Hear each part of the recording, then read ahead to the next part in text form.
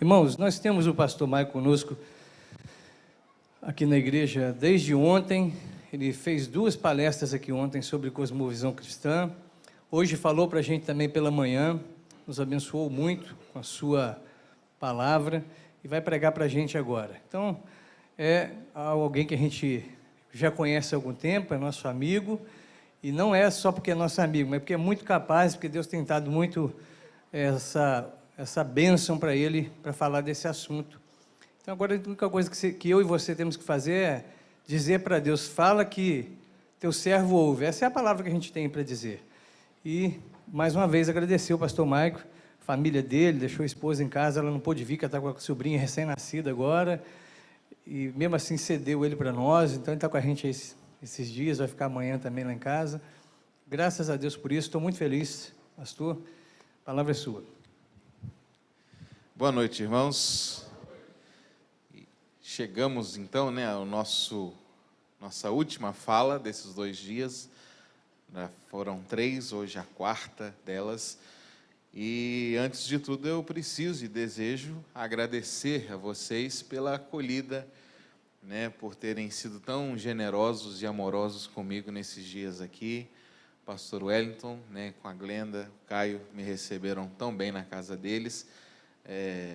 Estive já na casa deles quando eles moravam em Barra do Piraí, quando eles estavam na igreja de Itapemirim. Então, assim, pelo menos uma vez quase por ano a gente dá uma aparecida, assim, pelo menos uma vez em cada igreja a gente já passou e sempre foi muito bom, A gente, como eu disse para alguns que estavam aqui ontem, a gente já se conhece há, 15, 20 anos. Há muito tempo, a gente é originário lá do mesmo presbitério, na mesma região de Minas Gerais, e estar perto dele sempre é muito bom, me abençoa muito, me faz muito bem, e Deus sempre me abençoa demais quando eu estou perto dele, e estar aqui para conhecer vocês, para gastar, investir esse tempo nessa igreja tem sido muito bom. Então, mais uma vez, muito obrigado por tudo, e espero que eu tenha experimentado o privilégio de abençoar a vida de vocês, assim como vocês têm abençoado a minha vida aqui nesses dias. Preciso fazer uma menção honrosa, porque está o filho do vice-presidente do meu conselho aqui, sabe? Ele estuda aqui na Grande Vitória, e aí o pai dele falou, o pastor vai estar lá, você vai lá vigiar, você não vai falar besteira, Aí ele está aqui, o Wallace, fica em pé, só para o povo conhecer. O Wallace é membro lá da 6ª Igreja, ele estuda aqui, na Grande Vitória, e aí está aí nos visitando nessa noite. Ele é filho do presbítero João, que é vice-presidente do conselho da nossa igreja lá, tá bom? Vamos ler a palavra de Deus para a nossa meditação dessa noite. Na primeira epístola de Paulo aos Coríntios, no capítulo 9.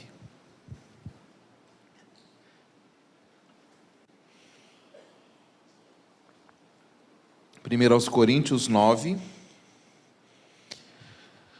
19 a 27.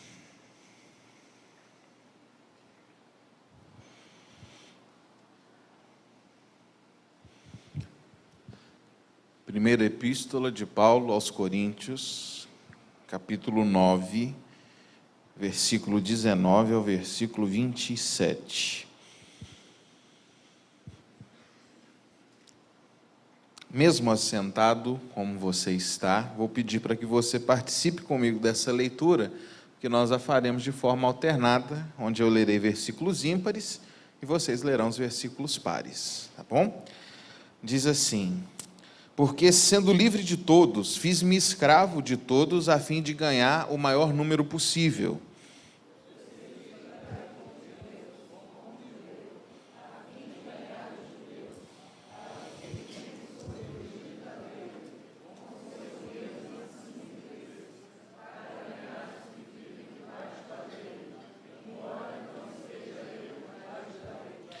Ao sem lei, como se eu mesmo fosse, não estando sem lei para com Deus, mas debaixo da lei de Cristo, para ganhar os que vivem fora do regime da lei.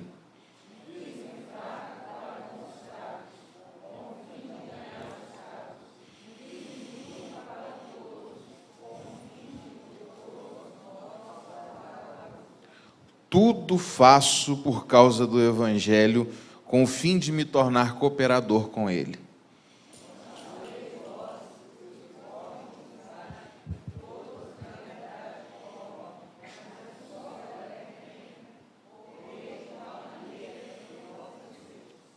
Todo atleta em tudo se domina.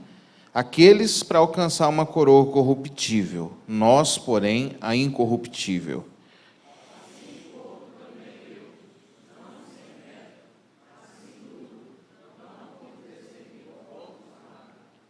Mas esmurro o meu corpo e o reduzo à escravidão, para que, tendo pregado a outros, não venha eu mesmo a ser desqualificado. Vamos orar mais uma vez? Senhor, desvenda os nossos olhos, para que nós possamos contemplar as maravilhas da Tua lei, no nome de Jesus. Amém.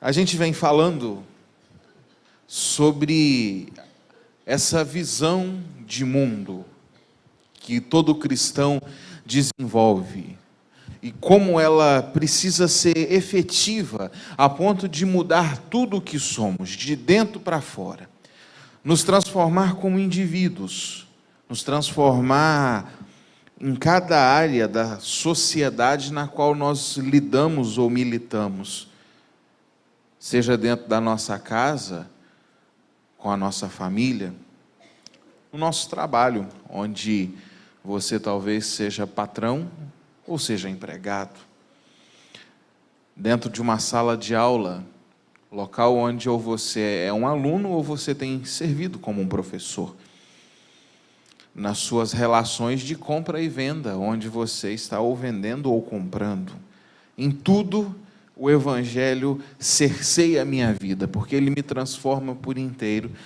e ele vai me fazendo viver uma vida plena, onde tudo que eu sou, tudo que eu faço, tudo que eu penso, tudo que eu falo, tudo que se envolve com a minha pessoa, confere glória ao meu Deus, carrega em si a marca, o carimbo do que é o Evangelho e do que o Evangelho faz na minha vida.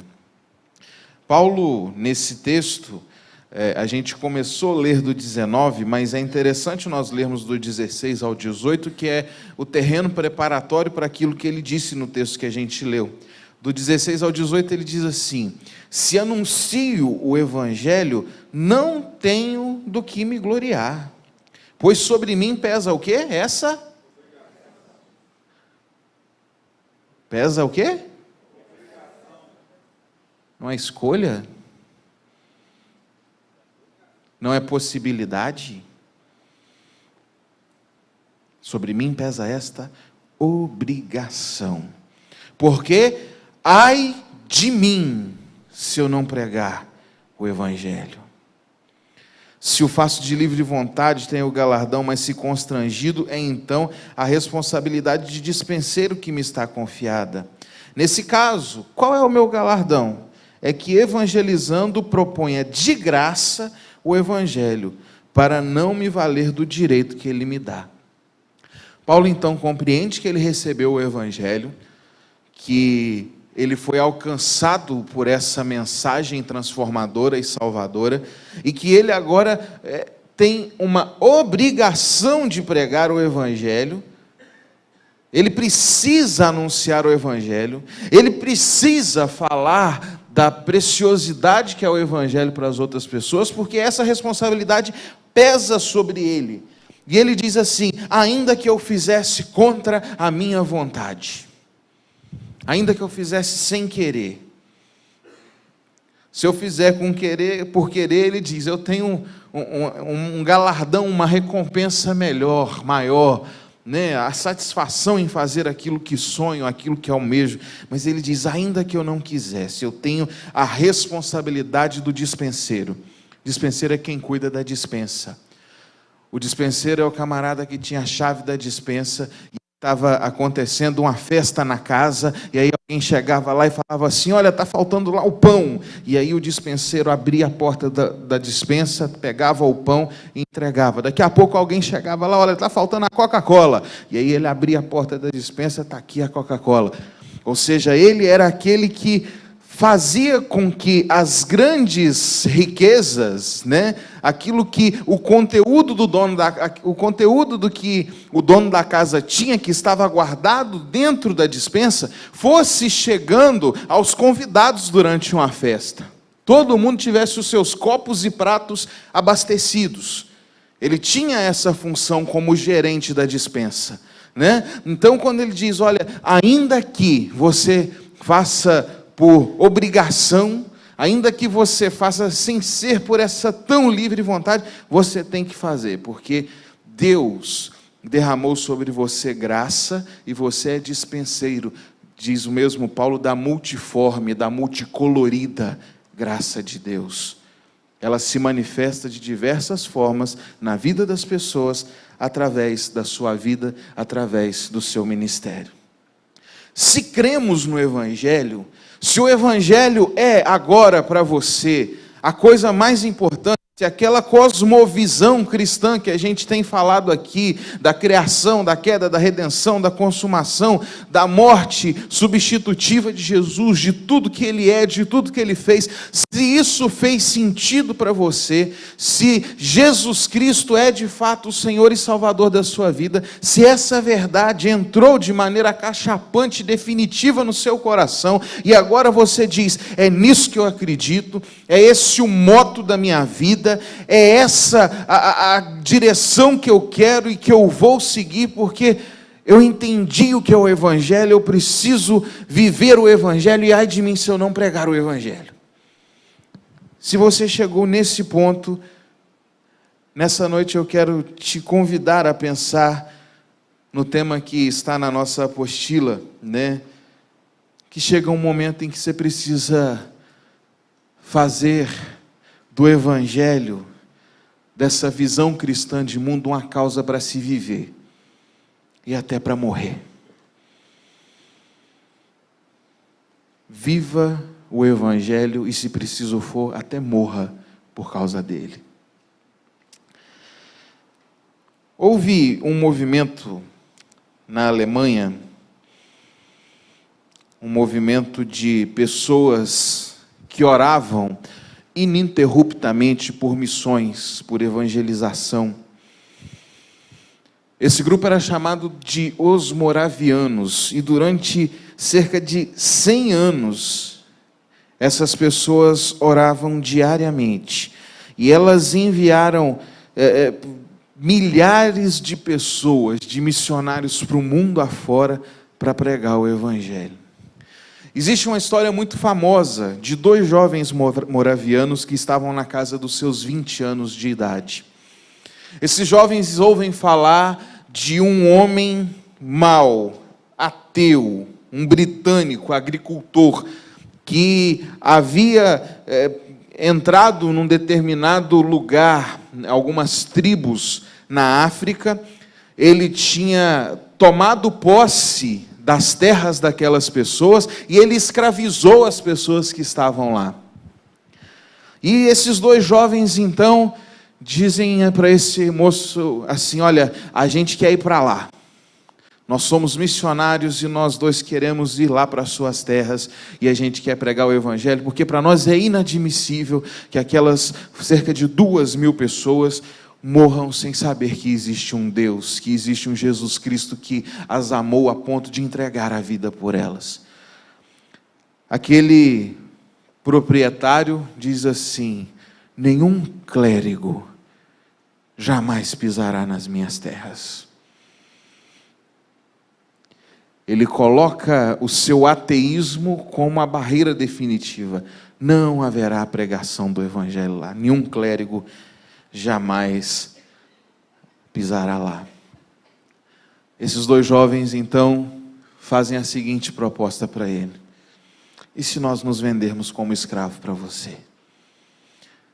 Você tem 2.000 escravos, a partir de amanhã você terá 2.002. Nós nos venderemos como escravos para você. Então você não terá pastores chegando, você terá 2 novos escravos chegando lá. O homem, então, topa, né? Ele aceita que isso seja feito. E ele então recebe aqueles 2 rapazes como sendo os seus escravos. O pagamento que eles receberam foi o custo da viagem. Então, olha, eu não vou pagar 1 centavo para vocês, eu estou os comprando, mas vocês não vão ficar com 1 centavo. O dinheiro é o custo da viagem daqui da Alemanha até lá na África, onde vocês vão servir como escravos para mim. E esses jovens vão. E aí então, as últimas palavras que se ouve deles enquanto eles estão indo ao longe no navio é: que o cordeiro que foi imolado receba a recompensa do seu sofrimento.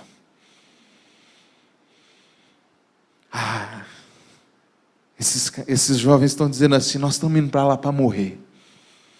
Nós estamos indo para morrer, para cumprir isso que é a nossa obrigação. Eles têm essa consciência: ai de mim se eu não pregar o Evangelho. E esses 2 meninos vão para morrer, a última vez que as suas famílias os viram. Ninguém sabe o que aconteceu depois disso, mas nós temos a história da disposição de 2 jovens de venderem-se como escravos, para que o Evangelho chegasse a um grupo de 2.000 pessoas que jamais teriam ouvido falar de Jesus. Que grandeza! Que disposição.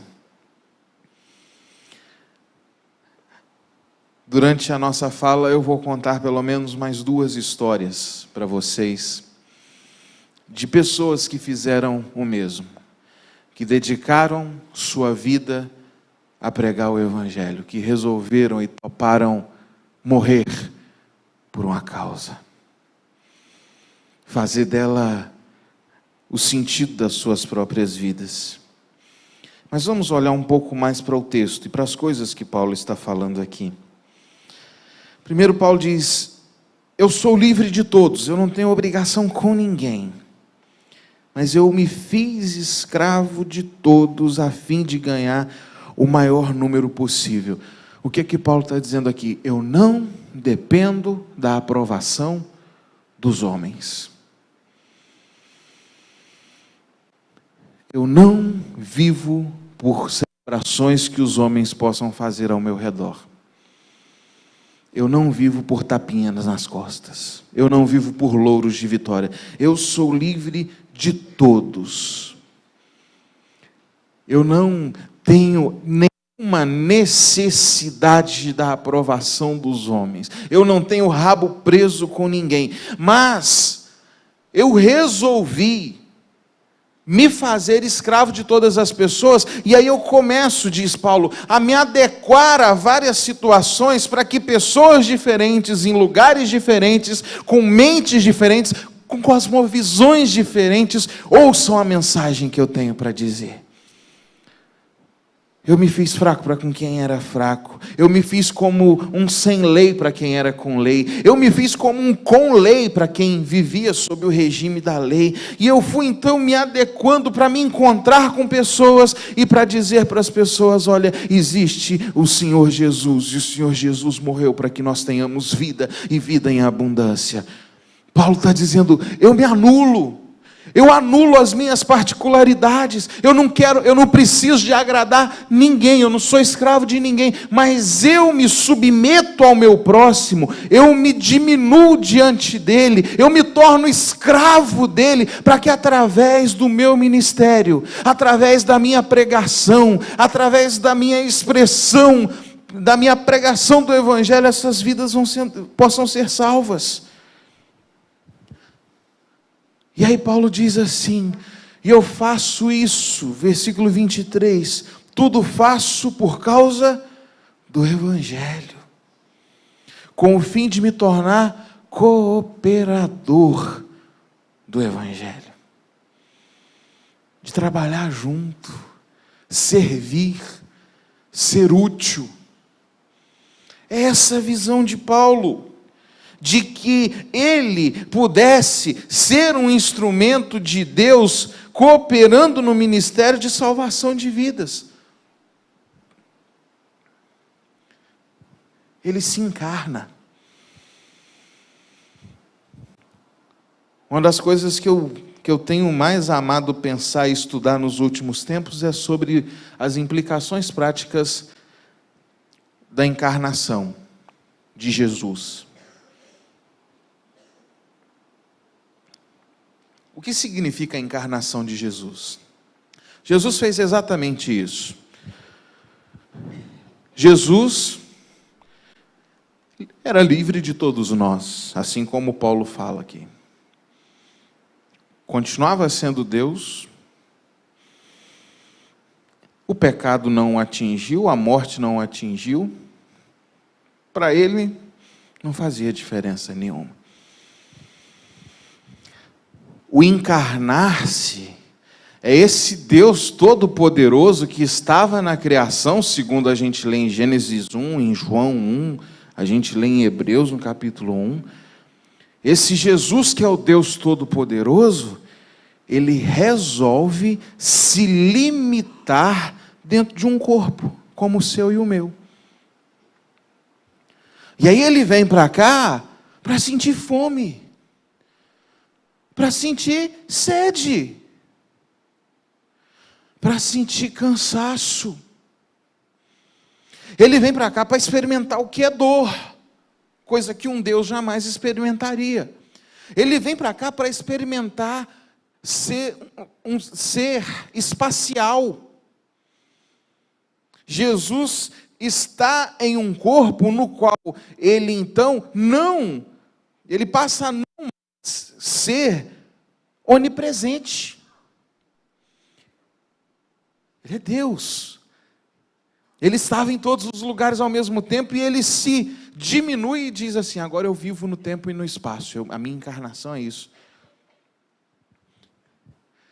Ele abre mão de ser plenamente, constantemente adorado por hostes angelicais, para vir aqui ser pisoteado, cusparado, agredido, machucado, ferido, crucificado e morto. A encarnação, ela é a coisa mais gigantesca de todas. É Deus olhando para nós e dizendo assim: vocês não têm solução. Vocês são incapazes. Vocês vão todos para o inferno. E merecidamente. Não há justo nenhum sequer. Todos pecaram. Todos.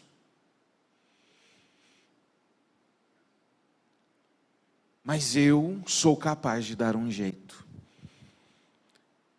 se eu me fizer escravo de vocês, se eu descer ao nível de vocês, se eu me submeter às leis da física que se aplicam a vocês, inclusive as leis civis que se aplicam a vocês. Ele vem aqui e paga imposto. Ele vem aqui e cumpre requisitos que eram colocados diante dos seres humanos.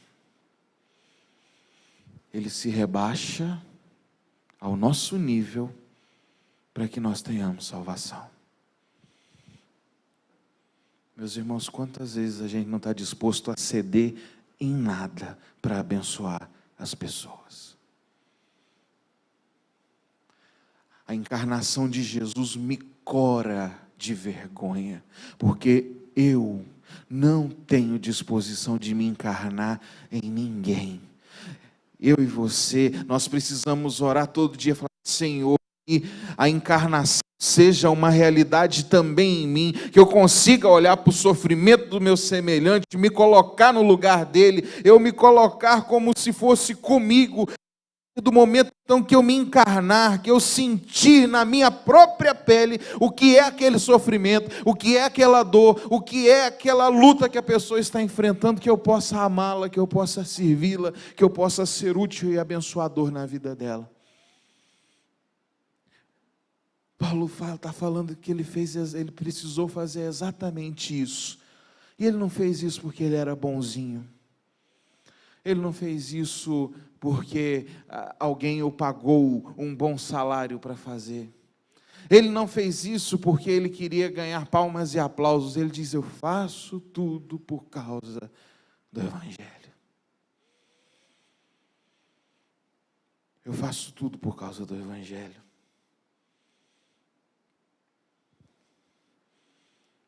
Por quê? Por que causa nós temos feito tudo nessa vida? O seu mundo tem girado em torno de quê? Você trabalha para quê? Você frequenta essa igreja para quê? Você estuda para quê? O seu casamento é baseado em quê?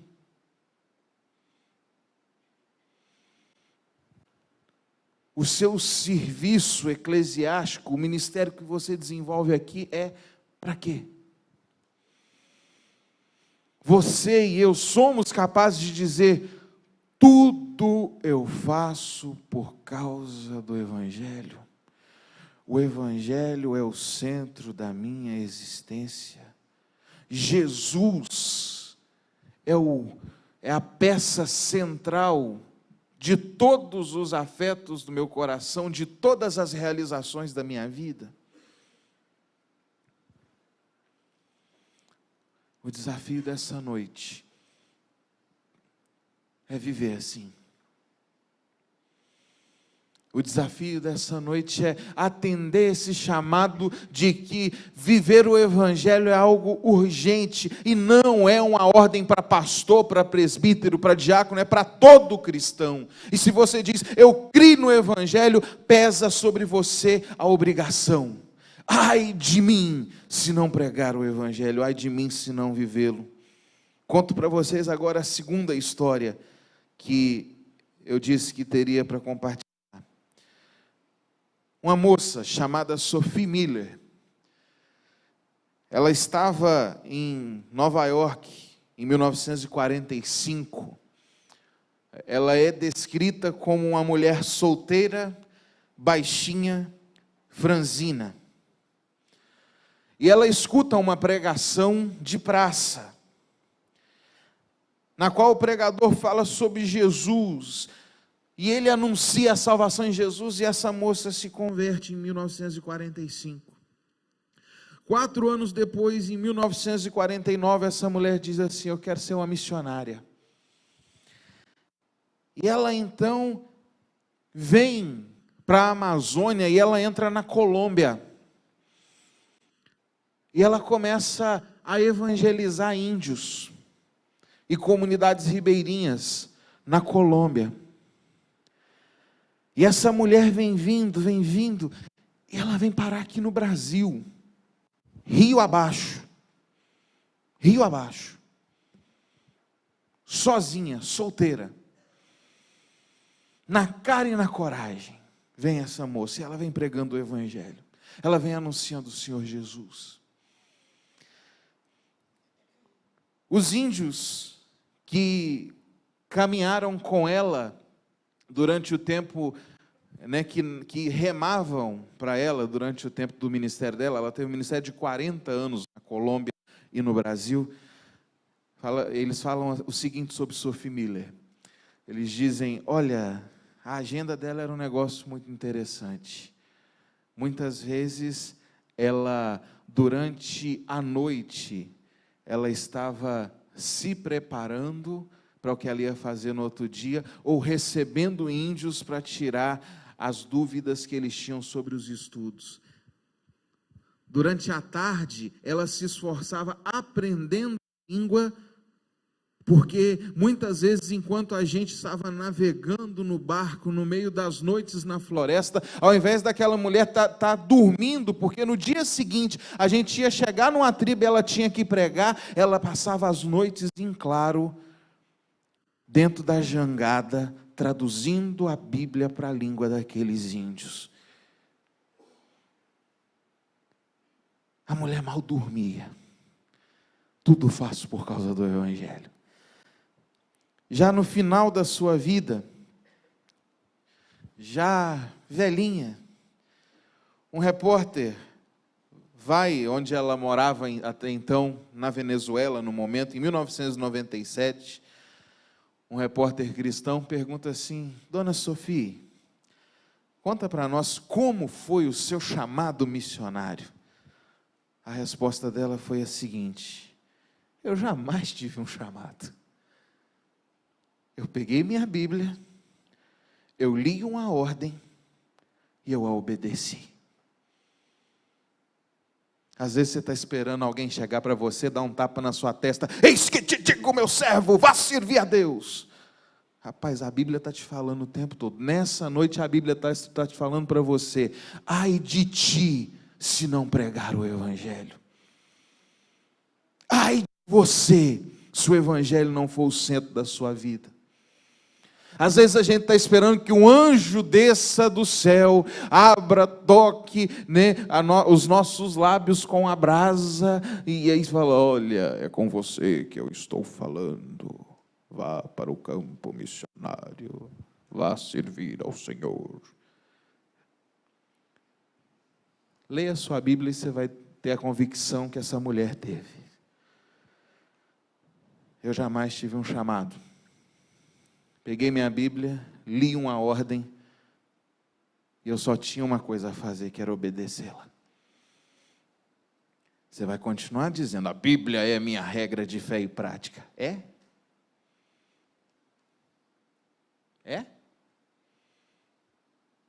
Ou é só uma frasezinha de efeito que você vai continuar repetindo para o resto da sua vida? Ela de fato é a sua regra de fé e de prática? As suas práticas são embasadas no que a Bíblia diz, fala, ordena?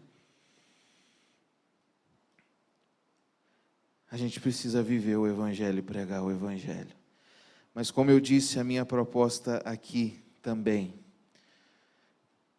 é de que, se preciso for, você morra por causa do Evangelho. Cerca de 100 a 120, alguns falam até em 200 mil cristãos são mortos todo o ano por causa da sua fé em Jesus. Fala-se em mais de 1 milhão de presos por causa da fé em Cristo Jesus. Qualquer hora que você puder, entre no site da Missão Portas Abertas, veja a lista dos 50 países mais perseguidos e vai falar das menções de cada país, o que acontece lá. Quando você chega na Coreia do Norte, que é por 17 anos seguidos, o líder da lista, o número 1 da lista, a gente não tem nem dados, tem só estimativas de tão fechado que é. Ainda hoje tem gente morrendo por causa do Evangelho. E você nega a sua fé por causa de alguém que fala mais alto com você. A gente muitas vezes está negando o Evangelho porque uma novela da Globo disse algo diferente. E a gente começa a se adequar, se moldar. A gente começa a ficar cada vez mais leniente, receptivo. Para nós é muito difícil falar essa coisa. Morra por uma causa. São poucas as coisas pelas quais nós estamos dispostos a morrer. Talvez, para muitos, só por um filho ou uma filha. Nem pelo seu marido ou pela sua esposa, talvez você teria essa disposição. Não, pelo meu filho eu estaria disposto a morrer. Mas não por causa do Evangelho. Porque Paulo diz o seguinte, na palavra de Deus, né? Depois de dizer todos essas adaptações que ele foi fazendo da própria vida para que o Evangelho alcançasse pessoas, ele vai dizer assim no versículo 27, mas eu esmurro o meu próprio corpo. Eu o reduzo à escravidão, para que, tendo pregado a outros, não venha eu mesmo a ser desqualificado. Ele está dizendo, o meu corpo é algo secundário, a minha vida é algo trivial, se comparada à missão que eu tenho diante do Senhor Jesus. Ele então está dizendo, eu estou disposto a fazer qualquer coisa, faço de fato todas as coisas pelo Evangelho, inclusive o meu corpo ser esmurrado, ser arrebentado, ser estourado, não sobrar nada de mim, para que o Evangelho seja pregado. Portanto, meus irmãos, a gente vem falando durante esses dias aqui, olha, que a sua cosmovisão é o Evangelho, e que o Evangelho é um afeto, precisa ser um afeto do seu coração, antes de ser só uma convicção mental, e o culminar disso tudo é, você precisa viver por essa causa, e estar disposto a morrer por ela, se preciso for. Não negar a sua fé. Estar disposto a sofrer sanções, represálias, vinganças, perseguições por causa do Evangelho, se preciso for.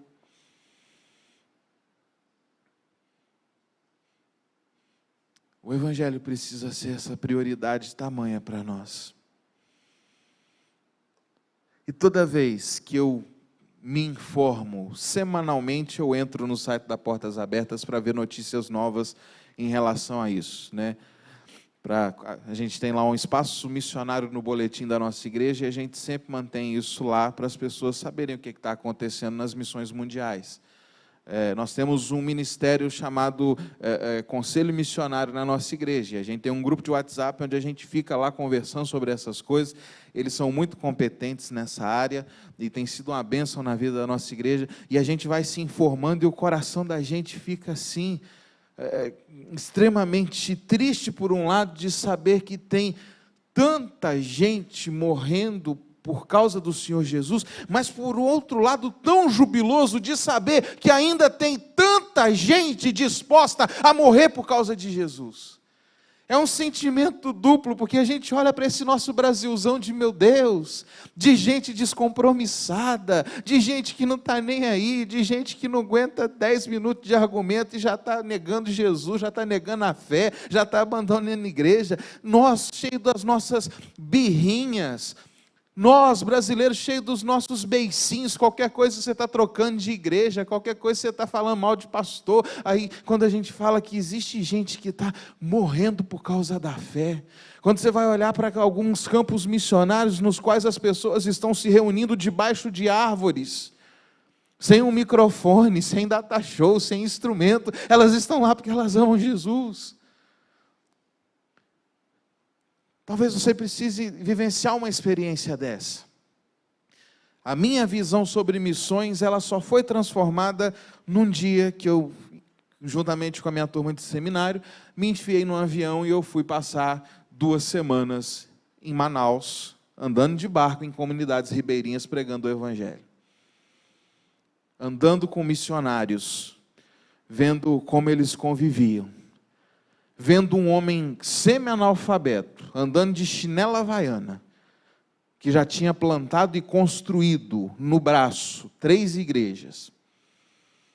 Terminava uma, estabeleceu, estou indo para outra. A 4ª estava num processo já, porque a gente foi, já tinha uns telhados e se reunia lá, a gente no dia tinha uns 30 adultos e umas 15, 20 crianças. E aí, ele não recebia nada para aquilo. Era um homem que amava Jesus. Não sabia nem conversar direito. Com a sua bibliazinha de capa rasgada.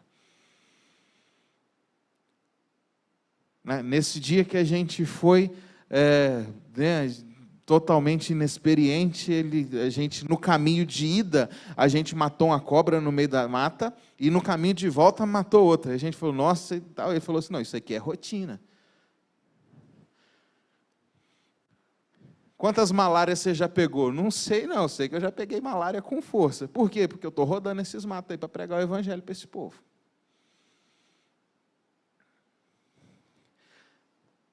Mas você, às vezes, o culto era para acabar às 8h30, está dando 8h40, você já está todo incômodo. Está afetando muito a minha agenda, essa igreja. Olha, programações tem que ser quarta e domingo. Se tiver outro dia da semana, não há disposição para mim.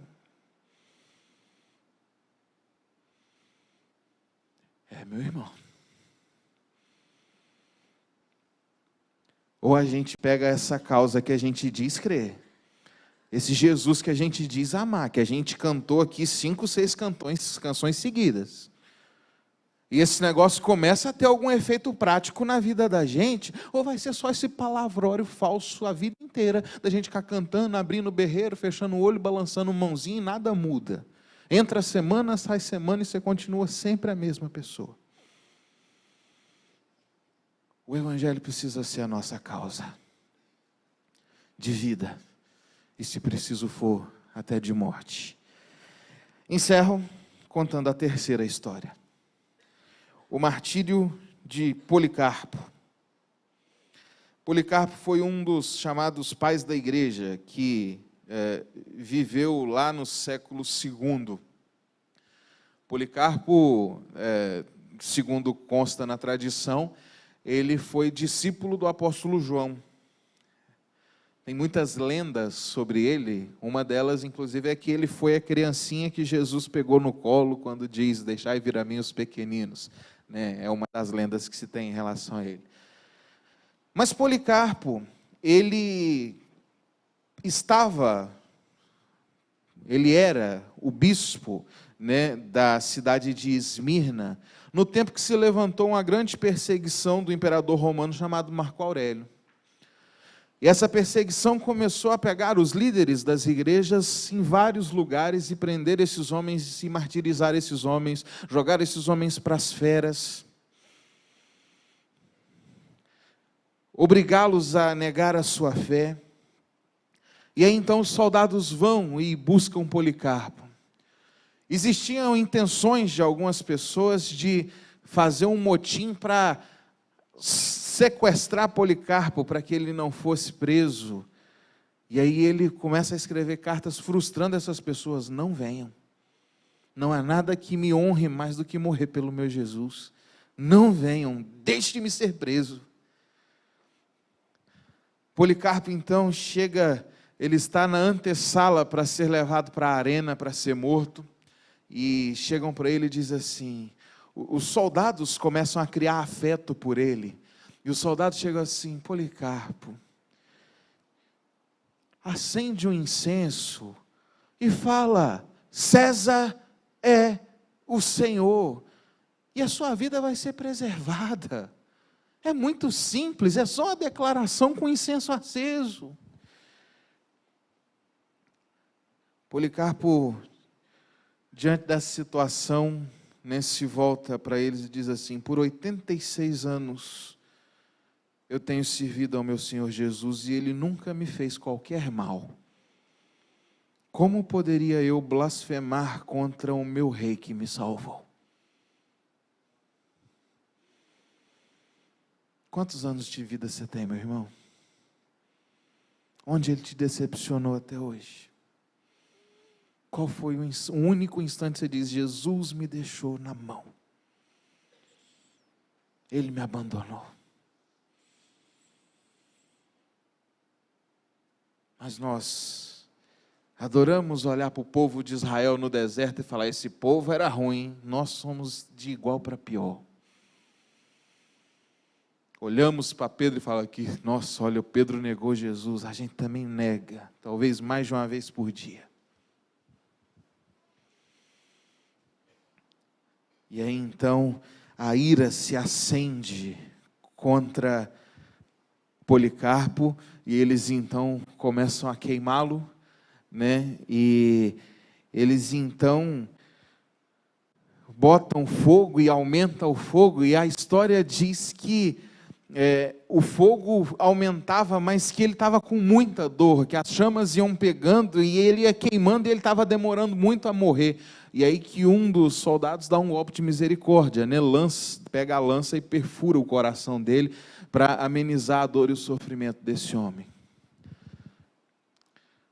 Por 86 anos eu servi ao meu Senhor e Ele nunca me fez nenhum mal. Que motivo eu tenho para blasfemá-lo agora? O Evangelho é a sua visão de mundo. O Evangelho é a sua bandeira.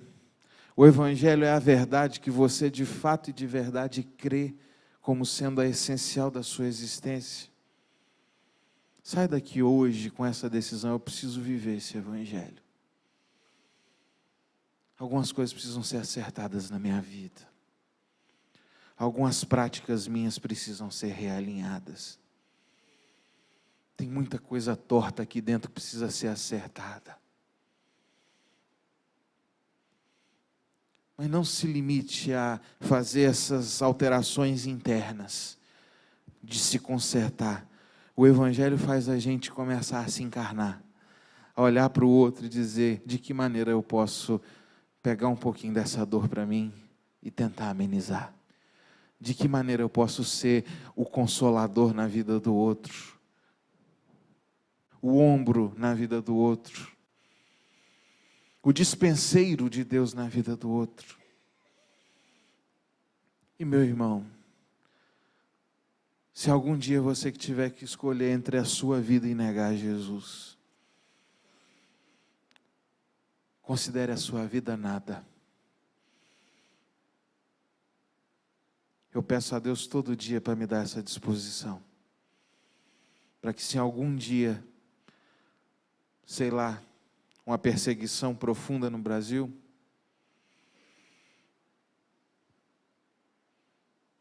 não sei, mas se algum dia aprouver a Deus colocar diante de mim essa opção, que eu tenha a hombridade e a grandeza de morrer pelo meu Senhor.